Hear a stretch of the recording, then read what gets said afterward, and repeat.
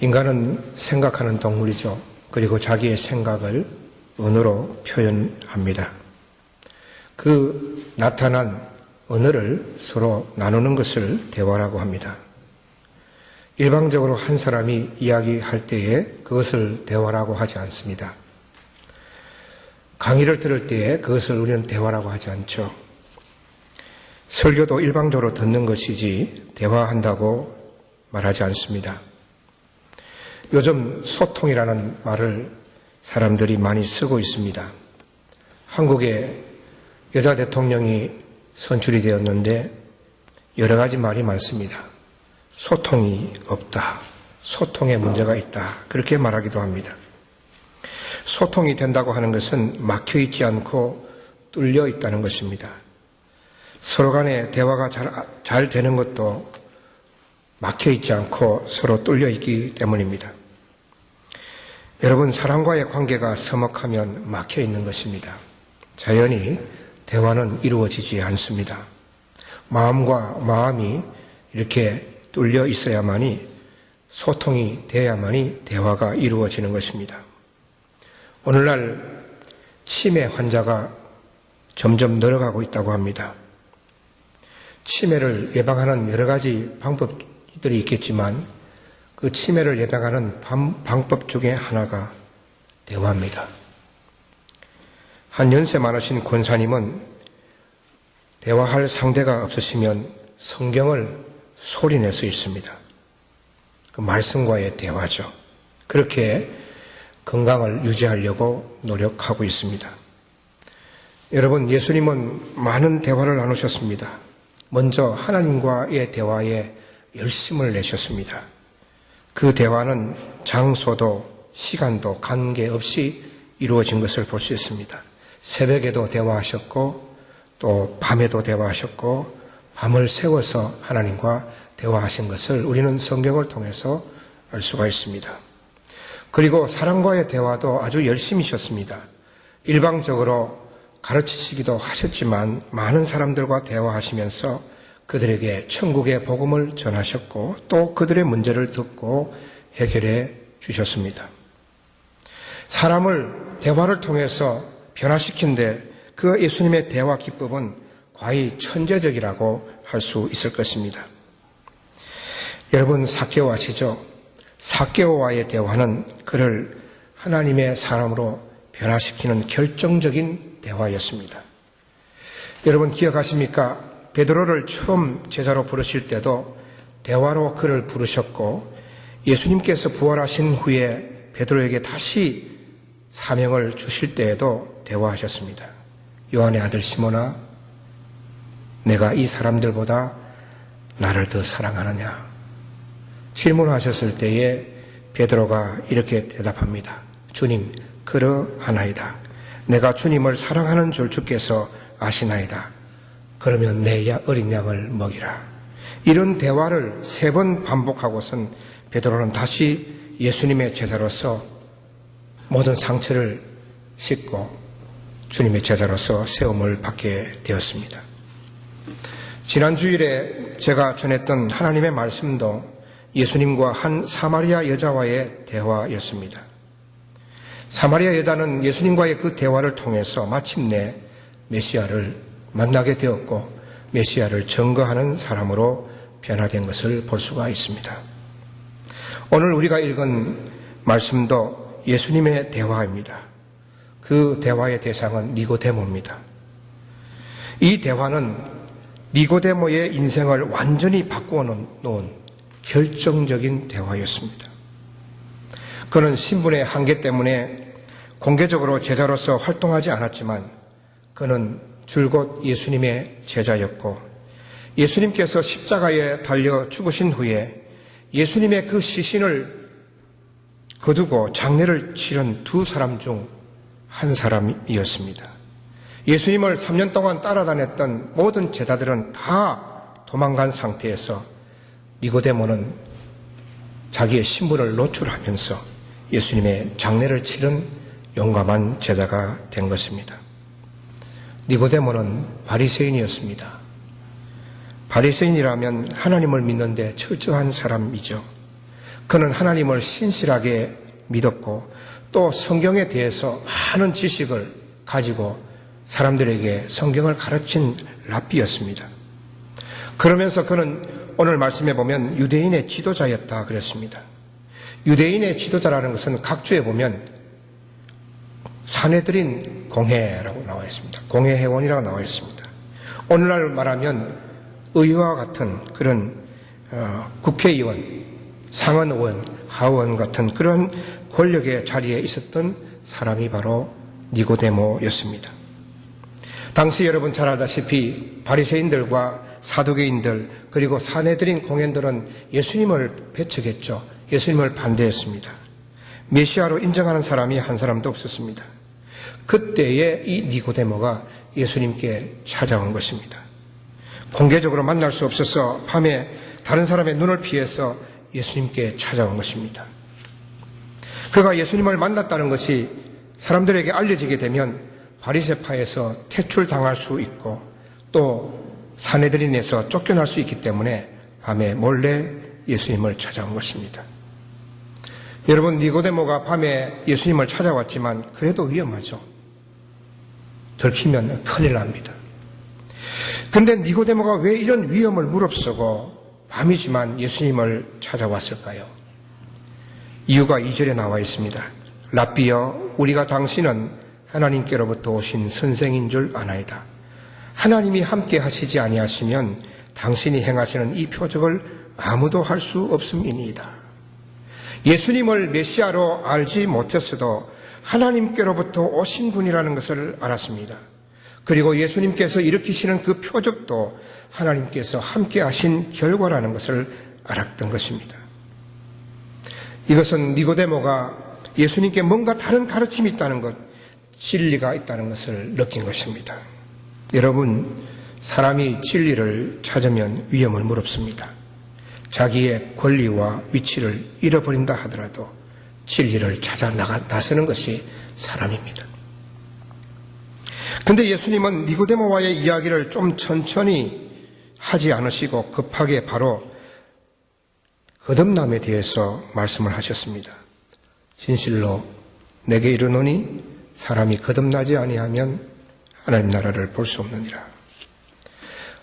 사람이 거듭나지 않으면 하나님 나라를 볼 수 없다 하셨습니다. 여러분, 거듭난다는 것이 무슨 뜻입니까? 신약 성경의 원어인 헬라어로는 이 거듭난다는 말이 겟나오 아노텐입니다. 겟나오 아노텐. 겟나오라고 하는 것은 태어나다 이런 뜻이고 아노텐은 again, 다시라는 뜻입니다. 그래서 겟나오 아노텐, 거듭난다는 것은 다시 태어난다 하는 것이죠. 영어로는 born again이죠. 다시 태어난다는 것을 우리가 어떻게 이해할 수 있습니까? 여러분들은 다시 태어난다, 거듭난다, born again 이것을 어떻게 이해하고 계십니까? 하나님께서 사람을 창조하실 때에 흙으로 육체를 만드시고 거기에 생기를 불어넣으셨습니다. 영을 불어넣으셨습니다. 그래서 사람은 영을 가진 존재가 되었습니다. 그런데 사람이 하나님의 말씀을 거부함으로 타락해서 영이 죽어버린 것입니다. 아담이 타락하면 정령 죽으리라 하셨는데 아담이 선악과를 따먹고 나서 바로 적사하지 않았습니다. 930년까지 살았습니다. 육체는 금방 죽지 않고 먼저 무엇이 죽었습니까? 영이 죽은 것입니다. 영이라고 하는 것은 하나님과 관계하는 것이죠. 하나님과의 관계가 단절된 것입니다. 그리고 그 아담 때문에 모든 사람들이 원죄로 인해서 태어날 때 영이 죽은 상태에서 태어납니다. 이 죽은 영이 다시 태어나는 것, 이 영이 다시 회복되는 것, 그것이 바로 거듭나는 것입니다. 다시 말해서 하나님과의 관계가 다시 회복되는 것, 그것이 바로 거듭난다는 것입니다. 다시 태어나야 하나님 나라를 볼 수 있다. 그렇게 말씀하시니 이 니고데모가 이해가 안 돼서 이렇게 묻습니다. 사람이 늙으면 어떻게 다시 태어날 수 있겠습니까?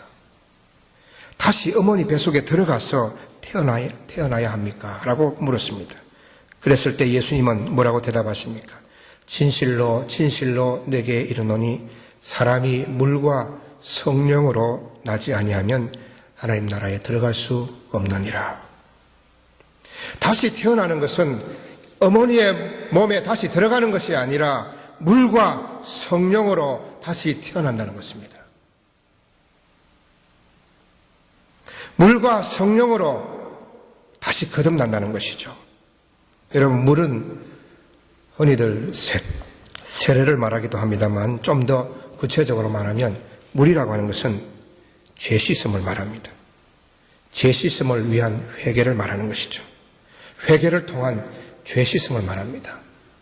여러분, 이스라엘에 가보면 이스라엘 그 예루살렘 성전에 들어가기 전에 항상 손을 씻는 그러한 곳이 꼭 있었습니다. 그래서 항상 성전에 올라가기 전에 손을 씻은 것은 자기의 죄를 씻는 것이죠.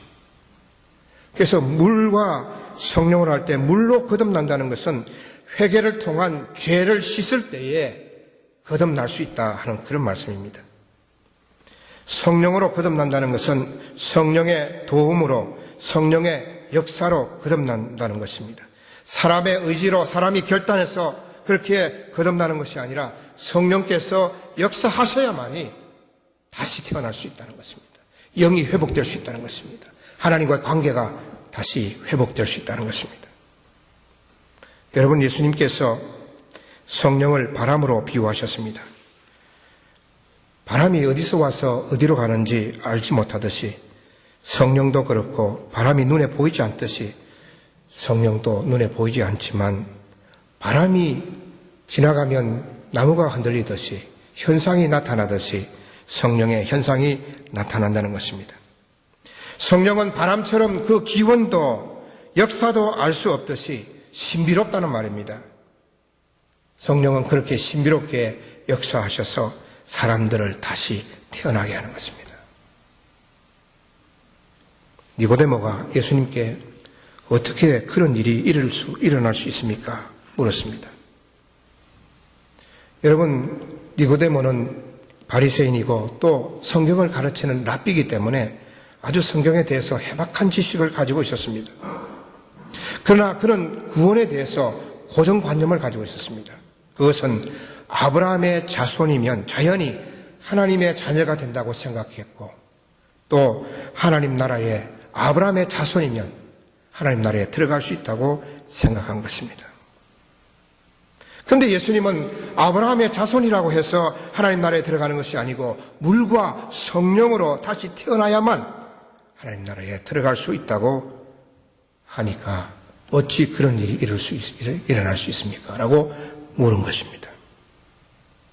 그래서 예수님께서 니고데모에게 너는 이스라엘의 선생으로서 랍비로서 어찌 이런 것들을 알지 못하느냐고 책망하시면서 구약의 사건을 한 예로 듭니다. 그 예를 들면서 거듭남에 대해서 구약의 예를 가지고 설명하고 있습니다. 그것이 바로 오늘 읽은 14절, 15절입니다. 모세가 광야에서 뱀을 든 것 같이 인자도 들려야 하리니 이는 그를 믿는 자마다 영생을 얻게 하려 하심이니라. 여러분, 구약의 민수기 21장에 보면 모세가 광야에서 노뱀을 만들어서 이렇게 든 사건이 있습니다. 그 사건의 여러분 배경을 아십니까? 이스라엘 백성들이 광야를 가는데 바로 가면 좋은데 그 나라 에돔이라는 나라가 그 자기 나라로 통과하지 못하게 하자 우회하게 되었습니다. 그래서 사람들이 불평합니다. 물도 없고 먹을 것도 시원찮고 그런 가운데서 길을 바로 가지도 못하고 돌아서 가면 엄청나게 시간이 더 걸리니까 마음이 상한 것이죠. 그래서 백성들이 모세를 원망하기 시작했습니다. 원망하면서 하나님께서 주신 그 만나까지도 그들은 불평해서 이런 것을 우리에게 먹게 하다니 하면서 그들이 불평하자 하나님께서 불뱀을 보내서 사람들을 물게 하셨고 백성들을 죽게 하셨습니다. 백성들이 불뱀에 물려서 죽어가자 모세가 하나님께 기도하자 하나님께서 노뱀을 만들어서 그걸 보게 하면 보는 자는 나을 것이고 보지 않는 자는 죽을 것이다. 그래서 모세가 놋뱀을 만들어서 그것을 높이 들었습니다. 그걸 바라보는 사람들은 살아났고 그렇지 않은 자들은 죽었다는 그 사건이죠. 인자도 모세가 놋뱀을 든 것 같이 들려야 하리니 하는 것입니다. 예수님께서 놋뱀처럼 들려야 하는 것이 무엇입니까? 그것이 바로 십자가의 사건인 것입니다. 십자가에 달린 예수 그리스도를 믿는 자마다 놋뱀이 들린 것처럼 예수님이 십자가에 들려서 그것을 바라보는 사람, 그것을 믿는 자마다 영생을 얻게 하려 함이라 하셨습니다.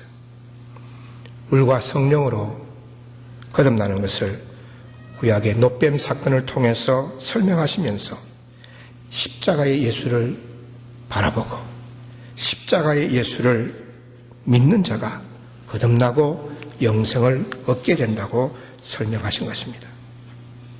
여러분, 니고데모가 거듭난 사람이 되었을까요? 그렇습니다. 그러나 예수님을 만나기 전에는 그런 거듭난 사람이 아니었습니다. 그런 바리새인 중에서 랍비라 불리는 성경학자였습니다. 성경에 아주 정통한 사람이었습니다. 그러나 그는 거듭나지 못했습니다. 교회를 오래 다녀도 거듭나지 못할 수 있습니다. 성경을 많이 알아도 기도를 잘해도 거듭나지 않을 수 있습니다. 직분을 가지고 있다 하더라도 목사도 장로도 권사도 집사도 직분을 가진다 하더라도 거듭나지 않을 수가 있습니다. 사랑하는 성도 여러분, 여러분은 거듭났습니까? 거듭난 사람의 몇 가지 특징을 말씀드리면, 첫째는 거듭난 사람은 예수님이 구주 되심을 믿습니다.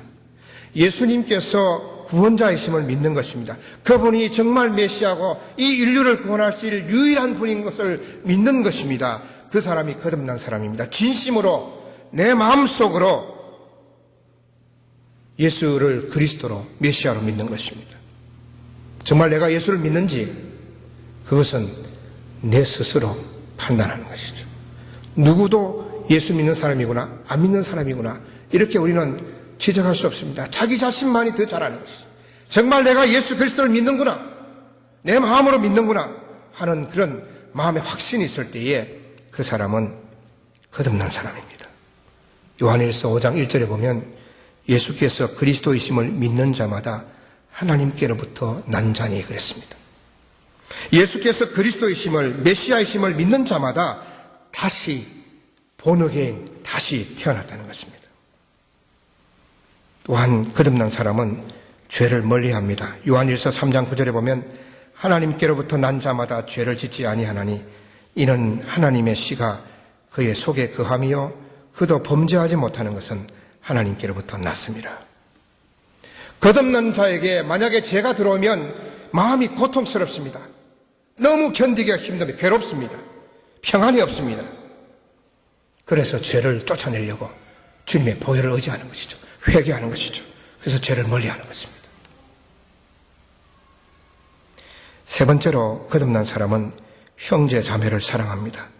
요한일서 3장 14절에 보면 우리는 형제를 사랑함으로 사망에서 옮겨 생명으로 들어간 줄을 알거니와 사랑하지 아니하는 자는 사망에 머물러 있느니라.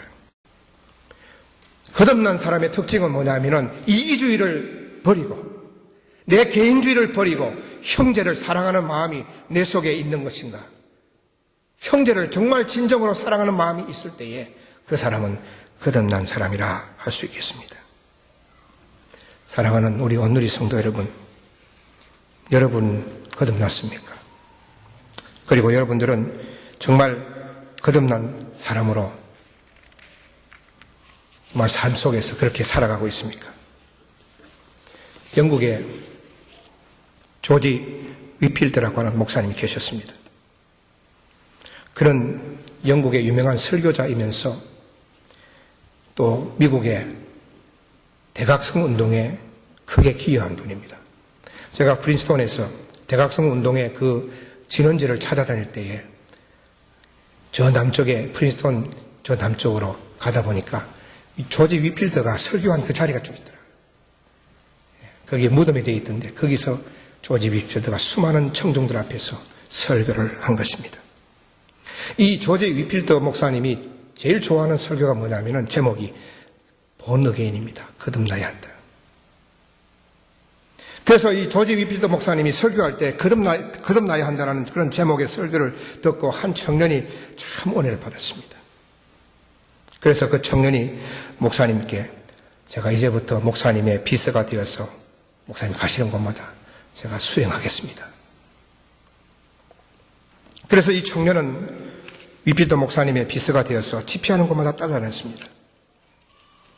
그런데 이 목사님이 집회하는 데마다 부흥회하는 데마다 전하는 말씀이 똑같은 말씀이에요. 거듭나야 한다는 말씀이었습니다. 가는 곳마다 똑같은 설교를 듣는데 약 70번 듣고 나서 도저히 참지 못해서 청년이 그 위필드 목사님을 붙들고 말했습니다. 목사님, 거듭나야 한다는 설교를 몇 번 하신 줄 아십니까? 70번 하셨어요. 언제 새로운 설교를 하시겠습니까? 이때 조지 위필드 목사님이 청년에게 말하기를 나는 앞으로 계속 이 설교를 할 것이다. 왠 줄 아느냐? 내가 거듭나야 하기 때문이다. 내가 거듭나야 하기 때문이다. 여러분, 설교를 많이 듣는다고 거듭나는 것이 아닙니다. 물과 성령으로 거듭나는 것입니다. 십자가 예수를 바라보고 그 십자가 예수를 믿을 때에 거듭나는 것입니다. 우리가 전도할 때 어떻게 전도합니까? 예수 믿고 구원받으세요. 예수 믿고 천국 가십시다. 이렇게 우리는 간단하게 전도를 합니다. 옛날에 청교도들은 전도할 때 이런 말로 전도했습니다. 2번 태어나면 한 번만 죽고 한 번만 태어나면 2번 죽어요. 2번 태어나면 한 번만 죽고 한 번만 태어나면 2번 죽어요. 이걸 가지고 전도했습니다. 여러분, 2번 태어난다는 것은 무엇입니까? 한 번은 육으로 태어나는 것이고 두 번째는 거듭난다는 것입니다. 그러면 어떻게 됩니까? 한 번만 죽습니다. 우리 육만 죽지 영이 죽지 않습니다. 그런데 한 번만 태어나면 어떻게 됩니까? 2번 죽습니다. 어떻게 2번 죽습니까? 한 번은 육체의 죽음이요, 두 번째는 영원한 죽음, 멸망입니다. 그래서 이 청교도들은 2번 태어나면 한 번만 죽고 한 번 태어나면 2번 죽어요 라고 이 글귀를 가지고 전도했다는 그런 이야기입니다. 사랑하는 성도 여러분, 오늘 우리는 동산 제비뽑기를 하게 됩니다. 우리가 동산을 하는 목적이 무엇입니까? 우리 안에서 서로, 성도 간에 서로 사랑하고 교제하고 서로 돕고 아주 중요한 것이죠. 그렇지만 궁극적으로 우리가 동산하는 그 목적은 예수님의 제자를 양육하는 것입니다. 여러분 모두가 동산을 통해서 주님의 진정한 제자가 되는 것입니다. 교인에서 떠나서 주님의 길을 따라가는, 주님의 성품을 담고 주의 말씀대로 십자가를 지고 따라가는 주님의 제자가 되는 것입니다. 예수님을 따르는 제자가 되는 것은 선택사항이 아닙니다. 나는 교인으로 있다가 천국 갈래. 그게 안 됩니다. 예수님을 따르는 제자가 되는 것은 필수사항인 것입니다. 그런데 그 제자가 되기 위해서는 먼저 거듭나야 합니다. 여러분의 영이 다시 다시 태어나야 되는 것입니다. 본 어게인 해야 하는 것입니다. 그것은 바로 물과 성령으로 거듭납니다. 예수님의 십자가와 부활을 믿을 때에 거듭나는 것입니다. 여러분 모두가 다 거듭난 주님의 진정한 제자가 되기를 주의 이름으로 축원합니다. 기도하겠습니다.